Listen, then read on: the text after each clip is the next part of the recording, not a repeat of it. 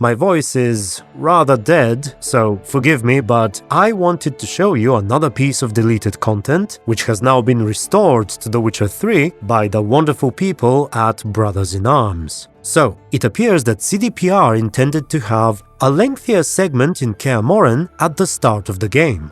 Normally, we have the bathtub scene, we find Yennefer's key, go downstairs, and the sleeping Vesemir cutscene triggers automatically. It is then immediately followed by another scene where Geralt is already outside giving instructions to Ciri. However, the initial plan was different. First, we could actually examine several objects in Vesemir's room, either before or after he wakes up. Illustrated Atlas of Insectoids, from Arrakis to Zerrikanian Xanthogramma. Brother Adalbert's Bestiary, a classic. We have the Witcher schoolbook that Ciri was reading. Ghouls and Elghouls were the vile denizens of the necropolis, by John of Bruges. Intriguing title. Boring as shit. A funny little picture she drew of a drowner with a mustache. A drowner with a mustache and glasses. Ciri at work. And finally her notes. Ciri's notes. Pretty chaotic.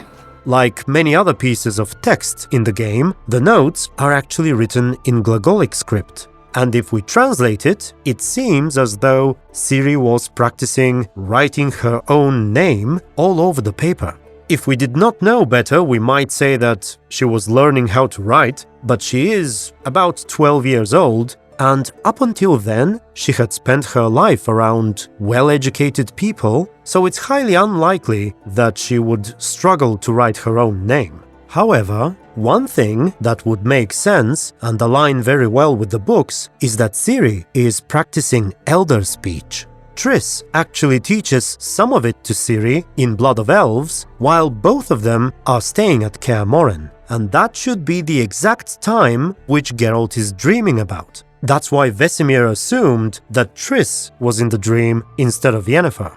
I was relaxing in the tub and next to me... Triss? Yennefer. Funny, isn't it? Now, with that said, the Glagolic script in the game is used for the common Northern Kingdoms language, which is not Elder speech, so who knows? Do tell me what you think about it, but I find it curious nevertheless. Afterwards, instead of jumping right into the training cutscene, we go further downstairs where we meet Eskel and Lambert for the first time. Well, well, Geralt's out of bed and it's only noon. So, the vampire. Anything interesting? Measured it. Half a head taller than normal. 6.5 feet wide at the shoulders. Whoa. Big guy. Better believe it. Cut it 5 times, nothing happened. Had to use the silver chain to finish it off. Eskel has apparently just brought the Katakan to Kaer Morhen, the one we see much later in the game, while Lambert is practicing some moves. Going to get Ciri? Vesemir wants her to practice. I'll join you, soon as I clear the table. Hey, Lambert, finish up. Vesemir wants us to train. Oh, good. I got some new moves I want to try out. On you.